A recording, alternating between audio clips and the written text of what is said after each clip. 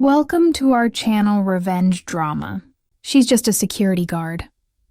My dad laughed into the microphone, his voice echoing across the wedding hall as guests chuckled at my expense. My cheeks burned, but not from shame, from the anger boiling inside me. They thought I was powerless, just a girl in a cheap uniform standing at the edge of their golden world. What none of them knew was that behind the silence, I had built a life so powerful that their laughter would soon freeze on their lips. Before I continue, don't forget to hit like, share this story, and subscribe, because what happens next will leave you speechless. I kept my eyes fixed on him, on the man who called himself my father, yet never once treated me like his daughter. To him, I was always the disappointment, the one who didn't make it big. Around the tables, I could hear whispers. My cousins smirked. My aunts exchanged looks, enjoying the moment. The bride, my sister, wore a victorious smile, as if my humiliation added sparkle to her big day. What they didn't know was that while they were busy mocking me, I was quietly running businesses that most of them couldn't even dream of. And as I stood there, fighting to keep my calm, I knew one thing for sure. Before this night ended, they would never look at me the same way again. The laughter in the hall faded into a buzz as I finally stepped forward. The click of my boots against the marble floor silenced the chatter. Eyes followed me, some curious, some mocking, most dismissive. I stopped in the center of the room, right under the golden chandelier that had always seemed out of my reach as a child. "My father is right," I said, my voice steady, carrying through the hall. "I am a security guard, but maybe tonight you'll learn that a uniform doesn't define what someone has achieved." The smirks deepened. One uncle muttered under his breath, "Here we go." My sister leaned closer to her new husband, whispering something smug. My dad folded his arms, clearly enjoying the spectacle, waiting for me to embarrass myself further. That's when I reached into my bag and pulled out a small black folder. Gasps rippled across the crowd as I laid it on the table nearest me and slid a document across. "This," I said, locking eyes with my father, "is the deed to the property where you're standing. This wedding hall. It belongs to me." The silence that followed was sharp, almost painful. My father's smirk faltered. My sister's mouth fell open. The cousins who once whispered began leaning in, desperate for confirmation. I straightened my shoulders. "So, the next time you laugh at me for being just a security guard, remember, you're celebrating her wedding in my hall." And just like that, the power shifted. A pin-drop silence spread through the hall, so heavy it felt like even the chandeliers had stopped swaying. My father's face drained of color, his eyes darting between the papers and me as though searching for some loophole, some way to dismiss it all as a trick. My mother clutched her pearls, stunned into speechlessness, while my sister's perfectly painted smile cracked like glass. I didn't stop there. I picked up the folder again, slowly, deliberately, and pulled out more documents.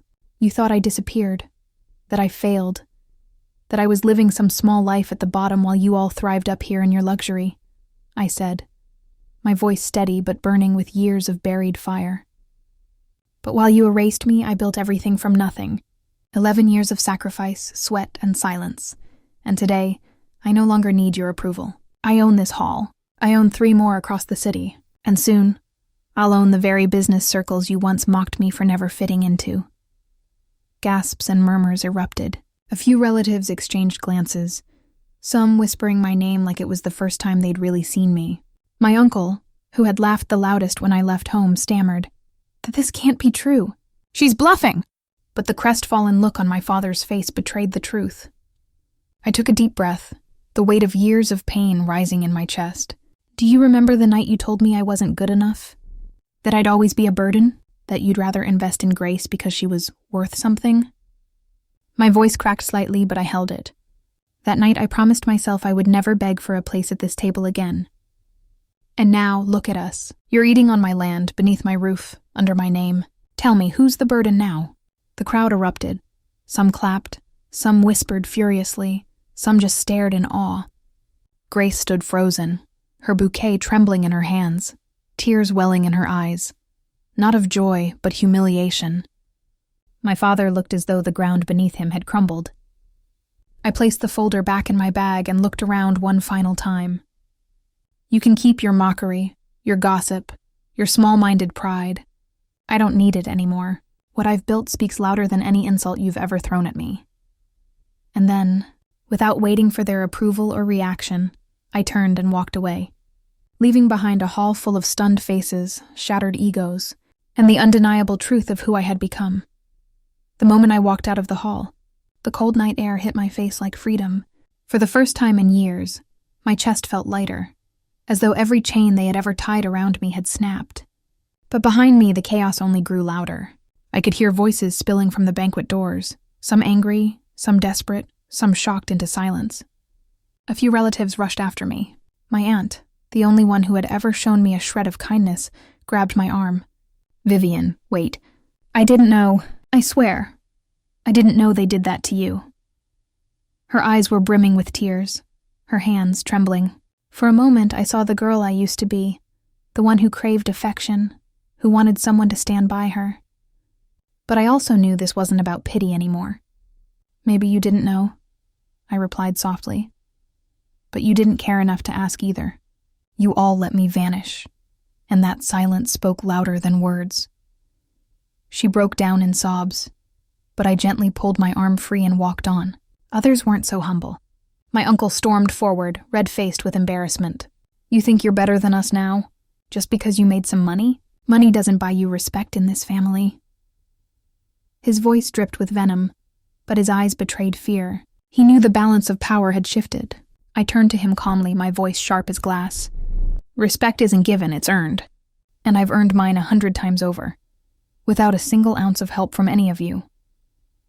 For a second, he faltered, unable to reply. Behind him, I could see Grace crying silently, her mascara smudging down her cheeks, her perfect image ruined. My father stood stiff as a statue, refusing to look at me, while my mother clung to him as though he was the only thing keeping her from collapsing. I straightened my shoulders and took another step toward the gates. This time no one followed. The night was mine, the silence mine, the freedom mine. I wasn't the forgotten daughter anymore. I was the storm they never saw coming. As I reached the gates, a voice finally cut through the silence. The one I had been waiting for all along. "Vivienne!" My father's voice boomed. But this time it didn't carry the same authority it once did. It was cracked, desperate, even trembling. For a moment I froze, my hand on the cold iron bars of the gate. Slowly I turned back. He stood there, shoulders hunched, no longer the towering figure who had mocked me in front of hundreds. His eyes searched mine, but for the first time, there was no arrogance, only regret. I didn't know you would come back like this. I thought you'd disappear forever. Maybe I wanted you to." His words stumbled as if each one cut him on its way out. My heart ached, but I held my ground.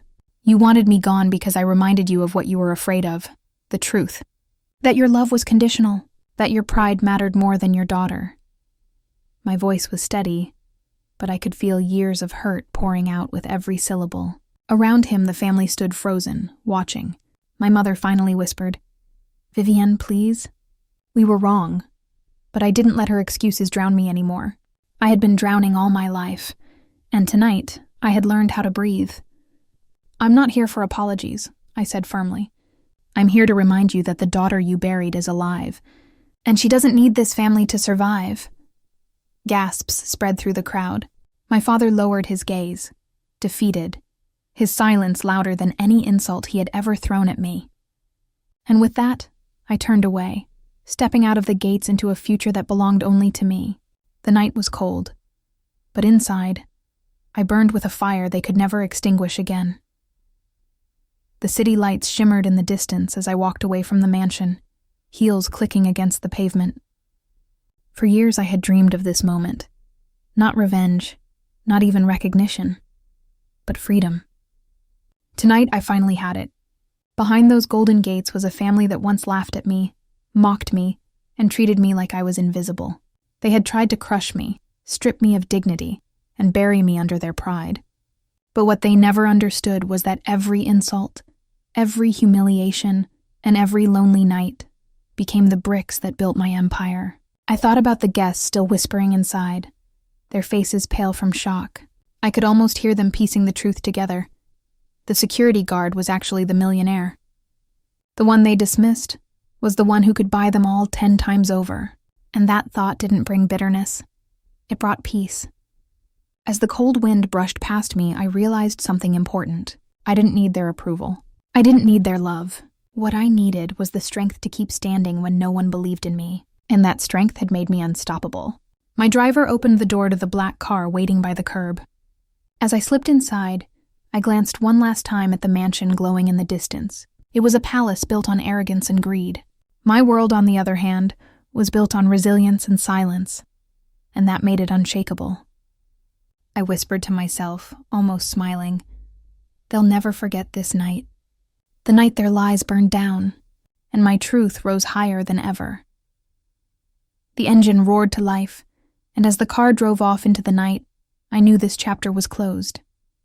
Not with pain, not with revenge, but with victory. Because sometimes the best revenge is simply winning without them.